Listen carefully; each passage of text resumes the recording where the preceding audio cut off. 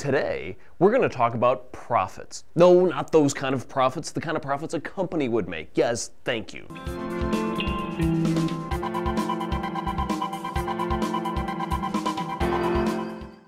Think of a company that's making huge profits. A free market red state guy is going to say, good, profits, capitalism, that's the way it's supposed to be. A progressive blue state guy is going to say, oh, inequality, corporate power, workers and consumers are being screwed. But an economist knows that they're both wrong. An economist will look at huge profits and say, that's not going to last. Why? The reason can be found at your local supermarket. Say that there are several checkout lanes open. Say that some of the lanes don't have any shoppers, while others are backed up into the soup aisle. Is that going to last? No. Shoppers aren't idiots. They're always looking for the fastest way through.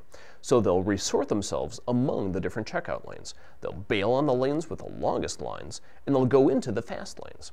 And this will continue until the wait times are more or less equal across the checkout lanes. So what does this have to do with profits? Well, if a company hits on a product or a market that generates huge profits, it's going to attract competitors. Other companies aren't just going to stand around and say, look at all the profits they're making. No, they're going to enter that industry and try to get some of those profits for themselves, just like shoppers will switch into the empty checkout lanes. As more and more competitors enter the industry, they drive down the price of the product and they bid up the wages for the workers. That squeezes the profits of the original company, just like more shoppers slows down the checkout lane that was originally fast. This dynamic allocates productive resources like workers and capital to produce a good that's in high demand. We see this kind of thing happen all the time. 15 years ago, Pixar started producing the first movies made entirely with CG animation.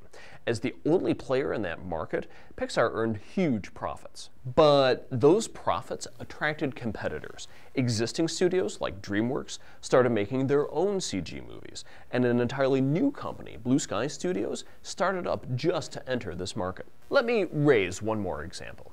In 1998, Pfizer introduced Viagra. Since they were the first company to market a drug that was in demand by millions of men, their profits swelled. But soon, other pharmaceutical companies rose to the challenge. They introduced competing drugs and pushed the prices down. Pfizer lost half of its market share, and its profits shriveled. Now, I know what you're saying. You're saying, but we do see companies make huge profits all the time. It's not like all companies are just breaking even. 3 answers to that.